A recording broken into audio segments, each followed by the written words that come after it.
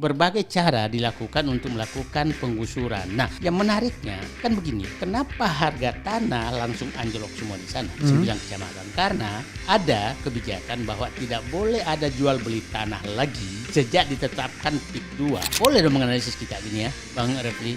Ini kan tanda kutip pelaku yang reklamasi, yang mau investasi di IKN, dan PIK 2 dan BSD kan sama Pak pengusahanya, ya kan? Saya boleh dong menganalisis bahwa setelah gagal di reklamasi, dijanjikan di ibu kota IKN, ternyata song juga, maka dibayarlah ke PIK 2 dan BSD.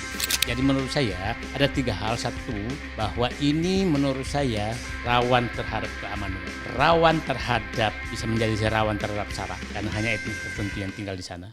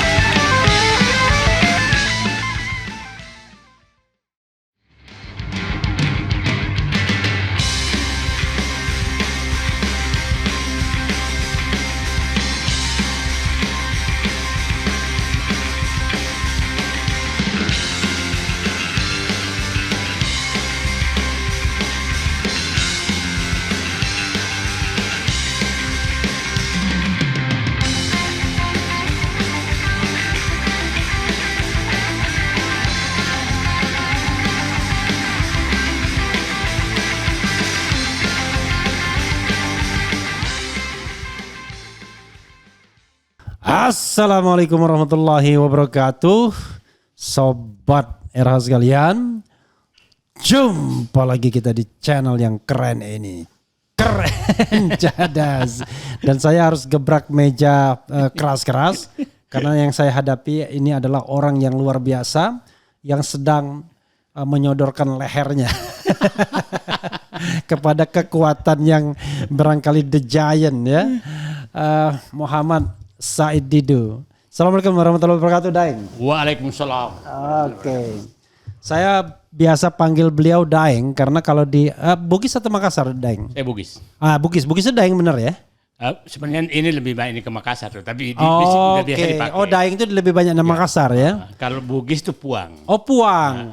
Tapi nggak usah. Kalau begitu saya Puang aja. Karena saya tahu di Palembang saya lorong Bugis. Oke. Jadi saya ngerti Daeng, Puang itu biasa. Jadi saya bersama Puang Said Didu. Tapi lucu ya. Udahlah yang lancar aja. Oke. Saya bisa Daeng, bisa Puang ya. Makasih Puang ya. Karena kalau waktu saya di Palembang, Puang itu saya selalu menganggap orang tua. Salah satu yang paling ngetop tuh Puang Soda di sana. Dan anak kecil takut sama Puang Soda itu. Makasih Puang ya. Jadi pertanyaan pertama buat Puang Said Didu adalah kok kalau bukan Said Didu memang begitu. Kok berani-beraninya mau-maunya nggak takut saat ini menyerahkan leher kepada kekuatan yang kadang-kadang orang mengatakan yang untouchable karena barangkali dia dekat dengan kekuasaan, punya perlindungan oleh kekuasaan atau bahkan pelindung kekuasaan, kita nggak tahu. Yang saya maksudkan adalah ributnya Said Didu dengan PIK 2. Silakan dieksplor, Daeng. Saya juga sebenarnya tidak tahu siapa pemiliknya. Ya. Cuma saya selalu kalau menghadapi ketidakadilan itu hati saya langsung bergerak. Oke. Jadi Bung Refli tahu saya pernah kelas 2 SMP aja sudah bakar sekolah. Oh. Karena di Makassar? Di Pindrang sana. Oh, di Pindrang. Oke. Karena kelas saya nggak pernah dibangun, yang dibangun terus adalah pagar. Untuk supaya dibangun maka saya bakar. Oke. Nah, saya itu bakarnya bakar serius ya? Bakar serius, saya tembak pakai korek api. Oke. Kelas 2 SMA. Ya, itu kelas 2 SMP. Oke. Kelas 2 SMA saya kudeta ketua OSIS. Oke. Karena saya pemilihan ketua OSIS saya tidak ada, jadi saya nggak bisa terima. Oke. Kelas 2 SMA juga saya coret-coret sekolah saya. Karena saya nganggap kepala sekolah saya korupsi gitu. Oke. Jadi itu adalah apa namanya? Sudah bawaan orok. Bawaan orok. Jadi melihat ketidakadilan pasti saya teriak. Jadi kesini sebenarnya tidak ada yang kejadian. Saya hanya kebetulan ulang tahun ke-62 diajak tanam mangrove. Oke. Di sana terus orang kampung sana cerita sebentar lagi kita digusur. Sorry Bang, Daeng tanggal berapa lahirnya? 2 Mei. 2 Mei tahun 1962. Oke. Oh, Jadi 62 ya, oke. Disitulah jadi loh kok ada ketidakadilan seperti ini. Nah, akhirnya saya melakukan penelitian. Saya kan peneliti. Nah, loh ini kok kayak begini. Kok ada ketidakadilan seperti ini? Kok diam semua gitu? Itu kira-kira latar belakangnya Ji. Jadi kalau ada yang marah saya nggak tahu juga siapa yang marah. Nah, Bung Refli juga tahu dulu kan saya yang protes keras namanya Mekarta karena saya bilang ini penipuan. Iya. Terus saya datang ke Rempang. Rempang itu lebih parah lagi. Rempang itu saya saat itu sudah mau ke sana semua orang melarang. Termasuk yang karena dia bilang sudah ditunggu semua aparat di sana. Iya. Terus dia bilang yang saya mau nyewa mobil juga ada nggak mau. Saya bilang saya beli mobil kamu. Iya. Saya mau ke sana. Dan saya hadapi siapapun yang ada di sana. Okay. Saya memang kalau ada ketidakadilan saya memang mobil jadi dibeli. Akhirnya banyak yang berani. Oke. Banyak yang berani gitu. Oke. Karena saya nggak kendor. Oke. Kalau menghadapi. Sempat datang ke Rempang. Sempat. Dan lalu saya bertemu aparat. Ketemu semua masyarakat dan masyarakat semakin ini untuk melawan gitu. Nah, jadi saya sih kenapa ya karakter saya memang kalau lihat ketidakadilan itu saja sebenarnya. Oke, kita kembali ke PIK 2 lagi ya. Ada semacam bantahan ini, mohon maaf ya. Ya kan saya harus sampaikan karena Puang tidak sempat ketemu kan. Dari lawyer PIK 2 yang juga teman kita Haris Azhar. Puang dianggap konflik of interest. Karena Puang ada tanah di sana. Dan tanah di sana mau dibebaskan dengan harga 50.000 juga. Kalau menurut Puang kan begitu. Oh ini semua tanah 50.000, 50.000. Coba bisa dijelaskan secara clear itu. Jadi saya sebenarnya ini ketukar sebenarnya. Harusnya Haris Azhar yang membela rakyat. Saya di posisi Haris Azhar. Karena saya birokrat hampir 30 tahun. Iya. Jadi sebenarnya kalau Haris Azhar di pihak saya mungkin dia bisa mengeksploitasi bagaimana pendirian rakyat lebih banyak daripada saya. Karena instingnya dia lebih tinggi. Iya. Terkait tanah saya di sana, itu tanah saya tuh sudah 30 tahun saya bertambak di sana. Bertambak? Iya, Oh jadi tanah produktif? Tanah produktif. Oke. Terus sawah saya juga ada, tapi hasilnya saya nggak pernah ambil. Selalu saya bagikan saja ke masyarakat sana karena masyarakat miskin. Iya. Kan?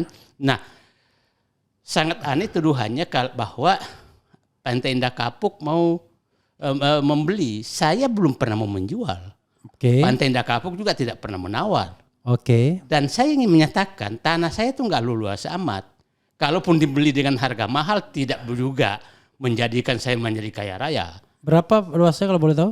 Ya paling 10-an hektar. 10-an hektar, oke. Ya, dan itu 30 tahun lalu Pak saya belinya bukan sekarang. Iya. Nah, yang saya inikan adalah bagaimana petani-petani yang lain. Nah, kalau Pak Haris Azhar mau bukti, ya baiknya turun juga menanyakan seperti yang saya lakukan. Saya turun ke semua, hampir 3 bulan saya turun ke bawah menanyakan semua yang terjadi. Tapi saya berharap saja Bung Haris Azhar sebagai teman untuk membela rakyat, dengan sebagai pengacara di sana betul-betul membela rakyat, gitu loh, supaya ada tempat rakyat mengadukan. Bung Haris Azhar kan menyatakan minta mengadu kalau ada ke dia. Kan? Ya baguslah, siapa tahu nanti Bung Haris Azhar bikin posko di sana, rakyat mengadu itu lebih bagus. Dan dia mengatakan kalau memang zalim pihak yang saat ini dia jadi konsultan hukumnya, ya dia akan mundur, dia bilang begitu kan, kurang lebih. Ya saya lebih percaya hati nuraninya Pak sebagai teman gitu. Saya nggak yakin bahwa dia mungkin Pak Haris Azhar kurang informasi. Nah, dan mungkin Bung Haris Azhar adalah tidak tahu bagaimana struktur penekanan terhadap rakyat yang terjadi sehingga dia hanya tahu di atasnya. Nah, struktur penekanan rakyat kan dia nggak tahu bagaimana sampai preman gitu loh. Itu mungkin dia nggak tahu gitu. Oke, kita bicara PIK 2 ya. PIK 2 kata Puang waktu pernah kita wawancara, PIK 2 sama PIK 10 itu mau dijadikan PSN semua atau sudah? Yang problem adalah PSN itu tidak jelas batasnya. Oke. Tidak jelas batasnya. PIK 2 dulu hanya 1.800 hektar. Itu ada di satu kecamatan, yaitu Teluk Naga. Kosambi. Itu Jakarta masih? Udah Tangerang. Oh sudah Tangerang, oke. Setelah PIK 2 dijadikan PSN, dulu PIK 9 itu Kronjo. Ya supaya publik paham betapa besarnya ini namanya PIK 2. Iya. Kosambi, Kecamatan Kosambi, Kecamatan Teluk Naga, saya udah hafal tuh. Iya.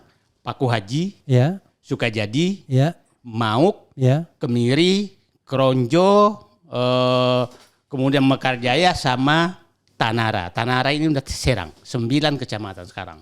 Oke, 9 kecamatan di wilayah Tangerang dan Serang. Oh, Tangerang dan Serang satu kecamatan. Tidak ada yang DKI? Tidak ada, PIK 1 DKI. Oke. Nah, yang ditulis bahwa PIK 2 dulu itu 1.700 sekian hektar. Iya.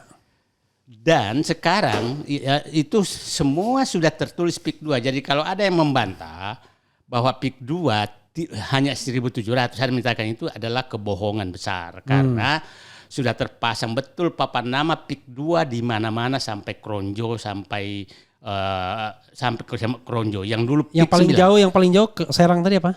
Tanara. Masuk PIK 2 juga? Masuk PIK 2, itu belum tertulis, tapi yang lain sudah di papan namanya PIK 2. Jadi saya tidak tahu ini kebijakan apa sehingga saya akan menyatakan PIK 2 ini kalau dihitung itu lebih luas dari Singapura. Oke. Kalau diikuti papan namanya lo ya. Oke. Papan nama yang ada. Yeah. Jadi saya berharap orang-orang yang menyatakan PIK 2 hanya 1.700 sebentar dulu. Fakta saya menyatakan itu semua sudah PIK 2 sampai kecamatan yang ke-8. Oke. Nah, tinggal yang ke-9 dan ke-10. Sampai ke-9 Mekarjaya. Itu sudah PIK 2 semua. Oke, yang belum ke-10 ya? Ke-10 itu. Nah, jadi saya katakan lebih dari Singapura karena perhitungan saya melihat kalau kita masuk PIK 1 dari Kosambi, perbatasan itu jembatan Dadap yang dulu pernah isu bahwa Rizal Ramli pun nggak boleh masuk, ya jembatan itu kira-kira sampai di jembatan terakhir Kecamatan Teluk Naga, 2 kecamatan, itu panjang jalannya 35 km. 35 km, baru 2 kecamatan. Iya, baru 2 kecamatan. Baru 2 kecamatan, 35 km. Nah, coba bayangkan kalau 9 kecamatan, berapa kilometer? Perhitungan saya, karena pantainya di sana belok-belok, ikutin pantai, maka kira-kira saya yakin tidak kurang 80 kilometer. Oke, garis ininya lah. Garis jalan yang dilalui, garis pantai yang karena belok-belok. Nah, kalau dikali saja 15 km lebarnya dan saya melihat ada dikali saja berarti lebih 100.000 hektar dong. Oke. Luas Singapura hanya 77.000 hektar. Oke. Oh, luas Singapura itu 77.000 hektar saja. Jakarta 66.000 hektar. Oke. IKN itu 56.000 hektar. Oke. Jadi PIK ini lebih luar biasa ya, lebih IKN 2 nih, IKN 2 bisa. Ya lebih luas dari 2 kali. Iya, maksudnya proses pembangunannya bisa jadi IKN 2 jadi. Iya. Artinya untuk betul-betul sustainable development dalam pengertian tanda kutip gitu ya. Jadi saya hanya membuka ke publik karena ini kan tertutup. Iya. Tertutup. Jadi silakan publik menilai. Jadi kalau ada yang marah ke saya, baguslah, perbaikilah. Janganlah mengusir rakyat dengan harga yang sangat murah. Yang sering menyatakan bahwa tidak 50.000, betul. Tapi hampir semua itu ditawar 50.000. Bahwa terjadi negosiasi itu urusan lain. Tapi beginilah, lepas dari sini, kesempatan ini saya ingin gunakan, Bung Refli, bagaimana menghitung untungnya developer ini dari pembebasan lahan. Oke. Saya kasihlah 200.000 per meter. Oke. Dia rata-rata sekarang 200.000.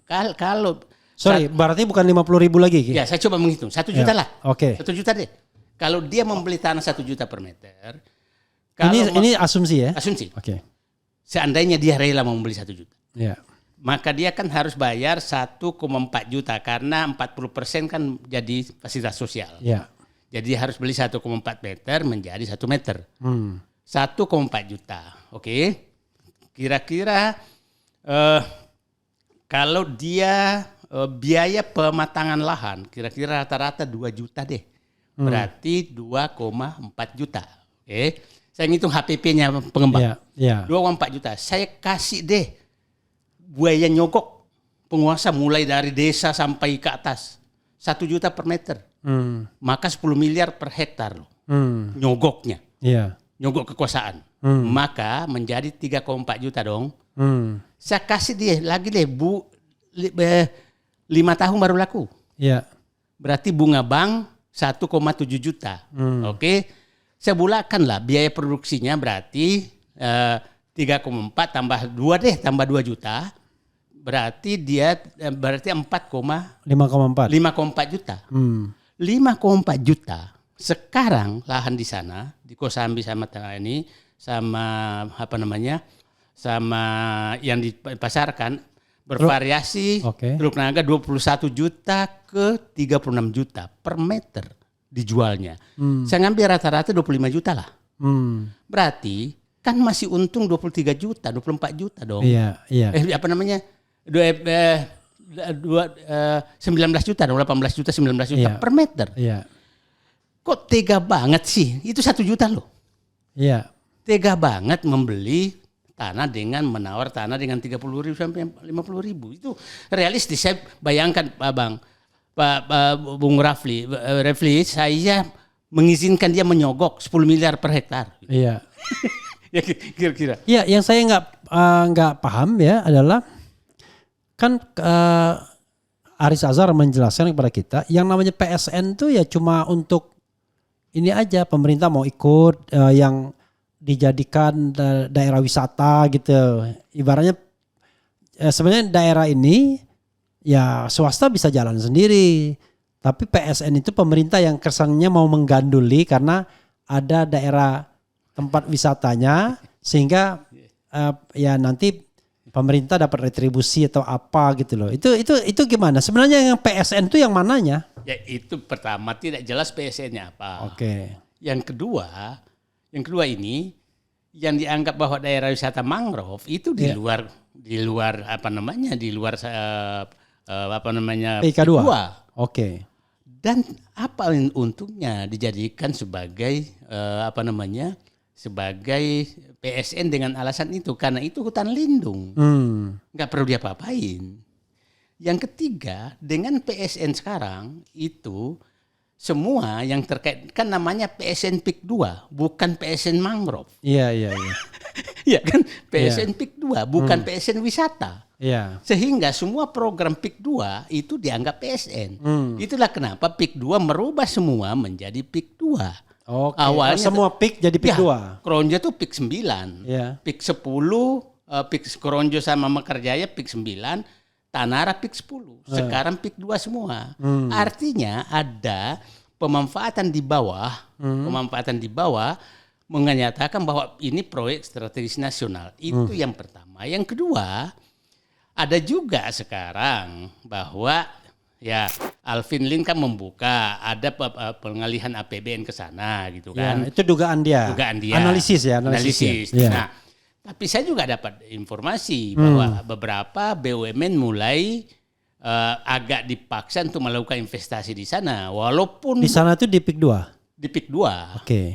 Walaupun kalau dihitung ekonominya masih jauh sekali gitu. Nah, tapi bisa saja umpamanya butuh jalan tol yang panjang, butuh listrik yang ini. Padahal listriknya belum ada ininya, tapi kan itu dipakai untuk menarik investasi. Gitu. Nah, jadi saya melihat pemanfaatan proyek strategis nasional ini betul-betul digunakan oleh pengembang untuk mengejar target pembebasan lahan dan menggusur rakyat. Karena setelah ditetapkan PSN, semua bergerak untuk melakukan pembebasan lahan, penggusuran yang sangat tinggi.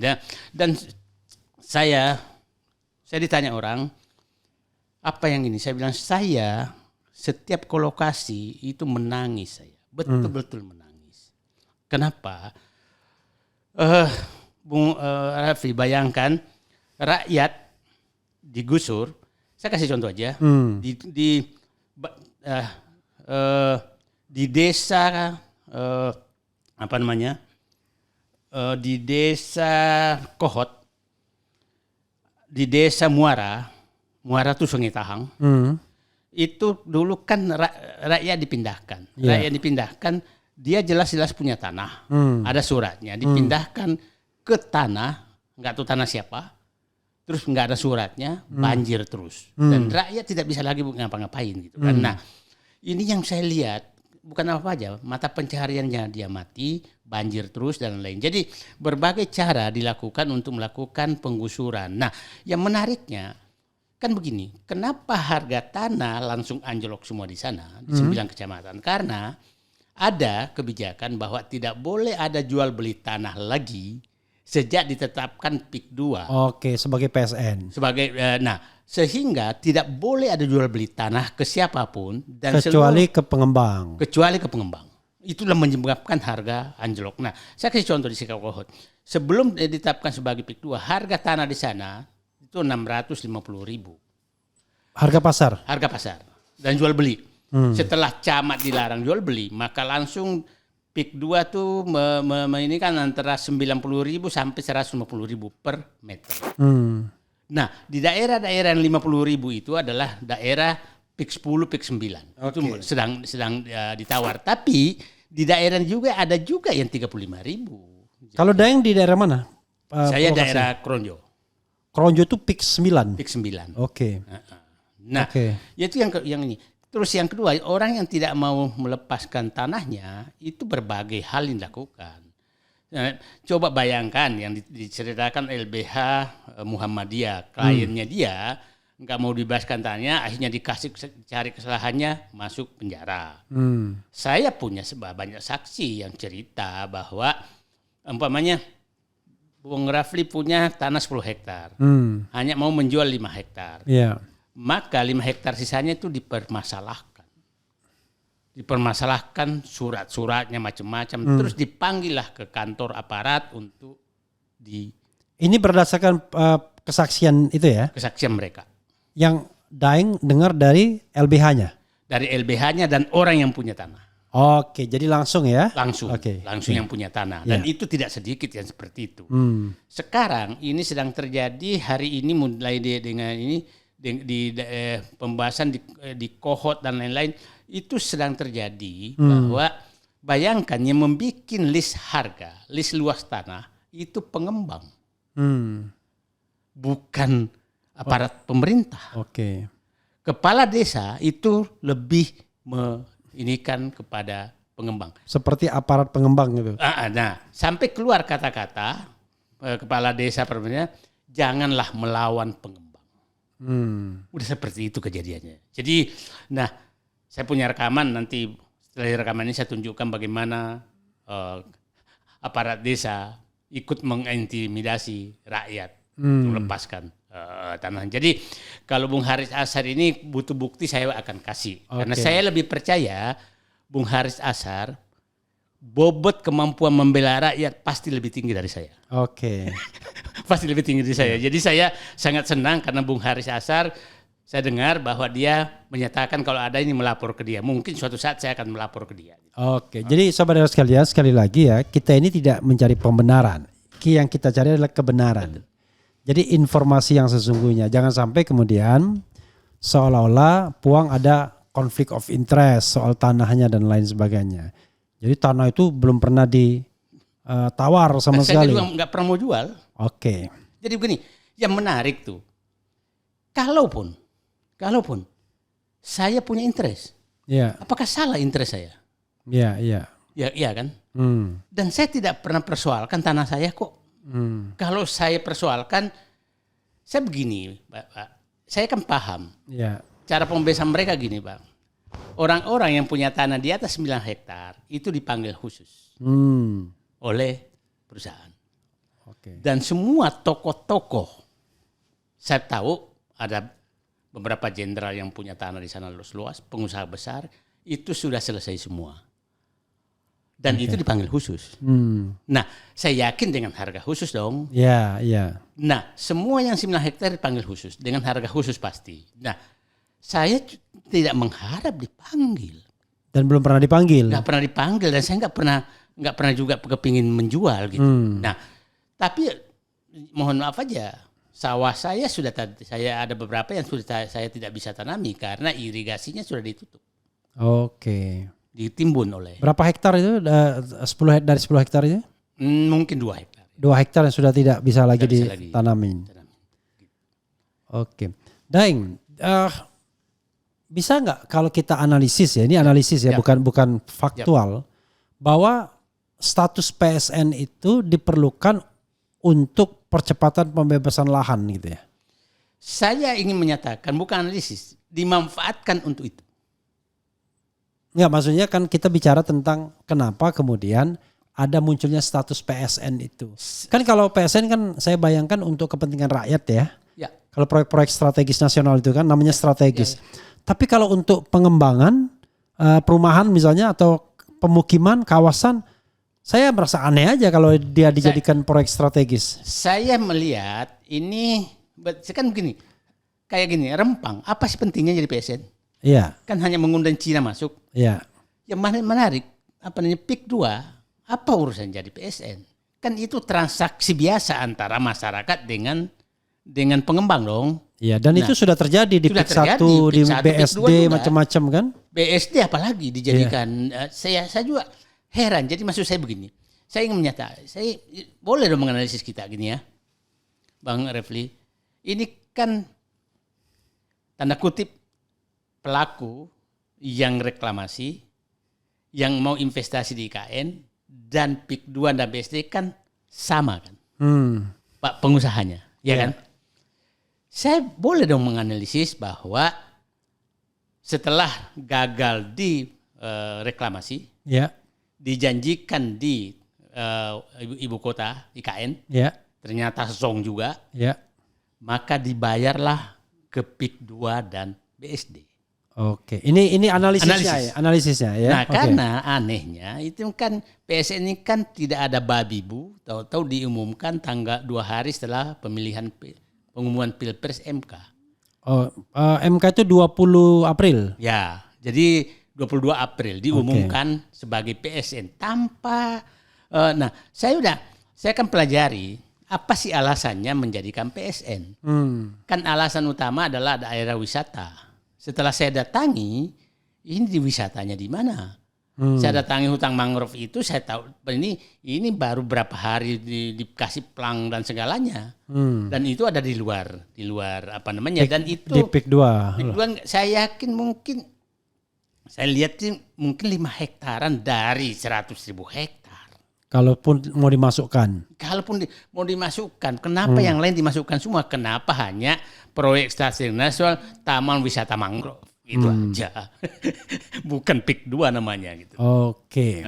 Daeng, saya membaca lagi-lagi berlaku Undang-Undang ITE, ya kan? Daeng dilaporkan ke entah Mabes Polri, entah Polda Metro, saya tidak tahu, pokoknya ke polisi. Sejauh ini udah ada intimidasi, panggilan dan lain sebagainya? Karena saya tidak menuduh siapa-siapa.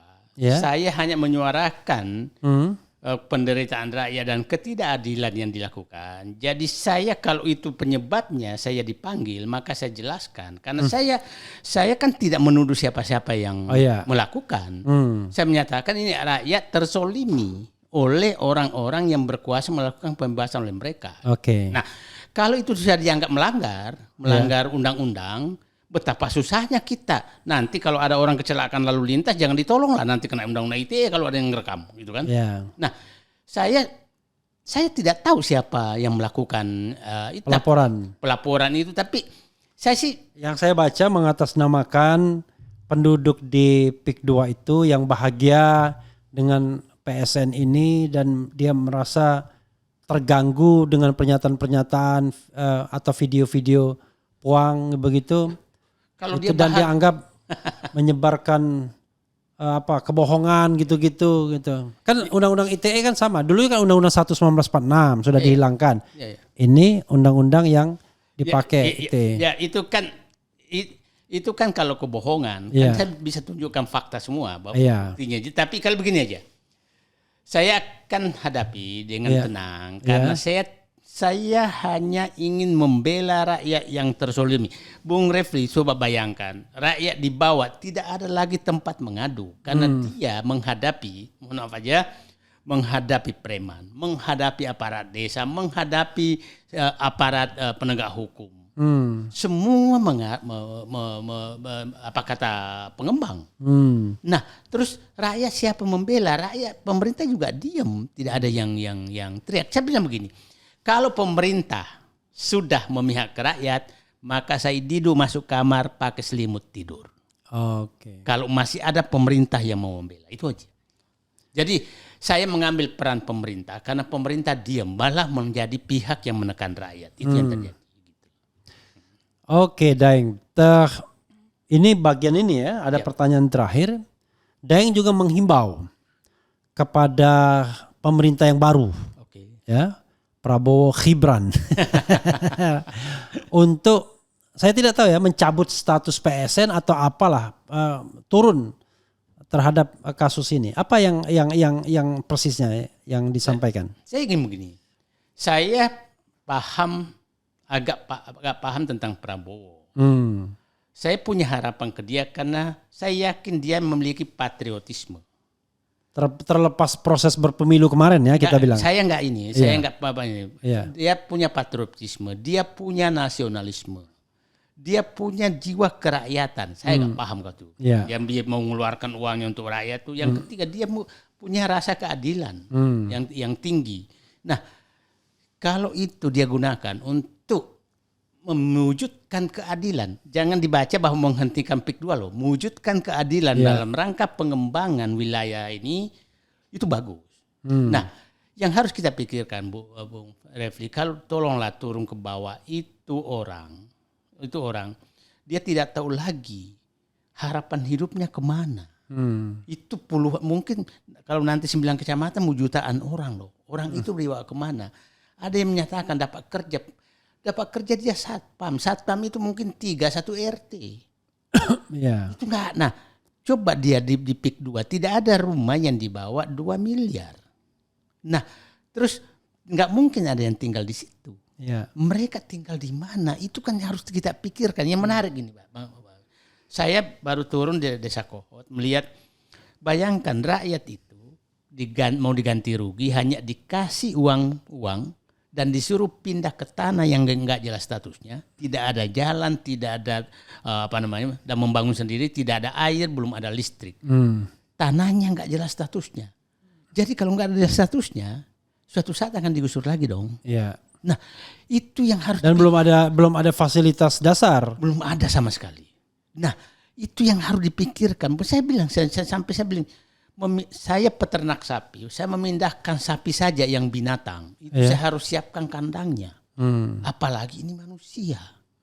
Itu loh, Mak. Itu yang udahlah. Orang yang mengkritik saya, tolonglah turun ke bawah melihat penderitaan rakyat. Coba bayangkan, Pak, dia nggak bisa tidur dengan tenang. Karena dia setiap saat, saya nanti tunjukkan bagaimana pemilik tanah sampai begini-begini kepada pengembang. Dan di depannya ada aparat desa. Padahal dia pemilik tanah. Itu pemilik tanah itu mereka yang punya surat atau punya ada status nggak mereka itu? Sebagian besar hak milik. Oh, malah sebagian besar hak milik ya. Even maksudnya hak milik pun masih masalah juga jadinya. Sama masalahnya. Nah, bayangkan, saya bilang tadi, bayangkan kalau aparat desa, aparat sudah menyatakan janganlah coba-coba melawan PT istilahnya dia. Itu udah begitu keluarnya. Daeng, kan Daeng kan turun ke lapangan, bahkan bikin video, ya kan? nggak pernah diintimidasi selama proses turun ke jalan. Sudah berapa kali Daeng ke sana? Hampir tiap hari sih. Oh, hampir tiap hari itu berapa orang? Saya ganti-ganti dan saya nggak pernah tahu jadwalnya saya mau kemana. Nggak, maksudnya dikawal nggak? Nggak Ada? juga. Nggak juga. Baik, Ya, kalau paling sama teman gitu. sama teman, yuk siapa yang mau berangkat. Dan kalau umpamanya kita mau nyewa kapal ya kita tawar 5 pakai 1 gitu. Maksudnya? Ya jangan itu, siapa tahu ini ditelepon tenggelamkan di laut kan bisa juga. Jadi Jadi saya menawar kapal tuh 5 kapal, tapi saya pilih nanti yang terakhir yang mana. Gitu. maksudnya pilih 5 kapal. Tawar, Oh, nawar 5 kapal. nawar 5 kapal gitu. Oke. Baru kita pilih, ya kita pakai cara intelijen juga. Yang Tapi ada ancaman langsung nggak? enggak juga sih. Enggak ya? Enggak juga sih. Saya begini sih. Saya di sampai titik percaya Allah akan melindungi. Karena saya tujuan niat saya betul-betul hanya membela rakyat. Karena saya tahu persis penderitaan mereka. Iya. Pak Rafli bisa bayangkan 1 hektar tanah produktif di daerah Mauk dan Koron itu ditawar 50.000. Ditawar 50.000. Coba di kampung saya di Sulawesi, tanah yang produktif itu sawah 1 juta per meter. Yang produktif ya. Yang produktif. Jadi dia 1 juta per meter itu berarti 1 miliar per. Ini 150.000. 50.000, mohon maaf aja, kepotong-kepotong pajak dan lain-lain tuh sampai 40.000 per meter. Oke. Jadi saudara sekalian, kalau di RH Channel ini kita tidak mau pakai sensor-sensoran. Tetapi kalau ada pihak yang berkeberatan terhadap pernyataan narasumber di RH Channel, silakan datang ke sini. Ya kan? Jangan main intimidasi, main lapor polisi. Jadi biar ada imbangannya, ya kan? Gitu ya. Tapi biasanya kalau diundang nggak mau juga gitu. Jadi jadi kita tidak menyebut siapa-siapa, tetapi kita menyebut fenomena ya. Oke, Daeng. Dan saya selalu menyatakan begini. Yang satu kritik adalah PSN PIK 2. Enggak, memang ada nama perusahaan di situ. Iya. Kalau ada pemilik perusahaan marah, kok kamu marah? Iya. PSN PIK 2 adalah program pemerintah proyek strategi nasional PIK 2. Iya, yang kita masalahkan adalah pemerintah mengambil kebijakan itu tidak membela rakyat. Oke. Itu loh, itu sebenarnya. Iya. Jadi jangan kalau ada yang Jadi marah. PIK 2 ini kayak IKN aja. Iya, kan IKN aja. Kita kritik IKN boleh dong. Nah, cuma rakyat saya harus bela karena tidak ada yang bela, itu aja. Oke. Walaupun dalam sejarahnya kita kritik IKN, tiba-tiba yang dimajukan rakyat setempat. Iya. Ini yang dimajukan rakyat setempat juga. Bagian ini silakan ada closingnya sedikit bagian PIK ini sebelum saya tanya yang lain, Daeng. Puang. Daeng Puang. Saya hanya begini. Ini program menurut saya harus menjadi perhatian betul pemerintahan baru. Karena ini program sangat besar. Saya katakan sangat luas. Bisa lebih luas dari Singapura. Nah, dan ini betul-betul yang saya was-was kalau tidak ada pengawasan maka bisa menjadi negara dalam negara. Karena pengalaman kita PIK 1. Oke. PIK 1 itu kan menjadi daerah sangat eksklusif. Oke. Dan ini panjang pantainya mulai bisa sampai Merak loh nanti ujungnya. Merak. Oh, Merak sampai Merak ya. Nah, sampai ujung Pulau Jawa ini. Dan kita lihat yang ditawarkan sekarang tuh adalah betul-betul rumah yang paling mahal tuh, tanah yang paling mahal adalah yang bisa parkir yacht, perahu. Oke, iya. Berarti seluruh pantai di sana sudah menjadi daerah tertutup. Padahal menurut undang-undang kan pantai nggak boleh dong. Nggak boleh. Nah, kita datang ke sekarang itu pantai juga sudah dipagar, jadi nggak bisa lagi masuk. Jadi menurut saya ada 3 hal. Satu, bahwa ini menurut saya rawan terhadap keamanan nasional. Rawan terhadap mohon maaf, bisa menjadi rawan terhadap SARA. Ya. Karena hanya etnis tertentu yang tinggal di sana. Itu bisa bom meledak. Oke. Yang ketiga menurut saya rawan terhadap, coba bayangkan, bukan rawan lagi, menggusur masyarakat segitu banyak, memiskinkan orang. Yang saya sayangkan tuh tambak dan lahan produktif. Itu tergusur begitu saja. Hilang dan diubah menjadi wilayah yang sangat sangat eksklusif. Jadi saya berharap pikirkanlah rakyat yang digusur itu saja. Rakyat saya hitungkan kan tadi membeli tanah rakyat 1 juta per meter pun pengembang masih untung sekitar 18 juta per meter. Saya udah kasih biaya sogokan 10 miliar per hektar. Jadi bayangkan Said Didu menghalalkan sogokan kan lucu kan. Nah, jadi saking ininya saya. Jadi kata terakhir saya ini harus ditinjau kembali dan mudah-mudahan si pengembangnya juga muncul rasa keadilan setelah kita ungkap. Siapa tahu mereka yang di bawah ini nggak melaporkan apa yang terjadi sebenarnya di bawah. Dengan turunnya saya, hati nurani sepemilik ini, ya kenapa kita sadis begini? Sadis begini terhadap rakyat. Nah, seluruh aparat juga, saya berharap dengan terbukanya semua, loh kok kenapa kita sadis seperti ini kepada rakyat? Siapa tahu mereka dia tidak tahu karena memang nggak ada yang berani buka. Ya walaupun kemudian kita tanya ya paradigma pembangunannya itu kok tiba-tiba membangun kawasan-kawasan eksklusif itu pertanyaannya. Ini sebagai gambaran saja Bung Refli. Kita kan pernah melakukan bagaimana dulu Pondok Indah dibangun. Kan tidak seperti ini. Dulu kan Pondok Indah, Bintaro, BSD itu kan masih berlaku 136. 1 rumah mewah, 3 rumah sedang, 6 untuk rumah yang kelas bawah. Ini kan elit semua, enggak ada sama sekali. Bahkan ada ini elit dan super elit. Ya, sahabat sekalian, bagian ini saya selesaikan. Saya mau bergerak pada bagian lain ya.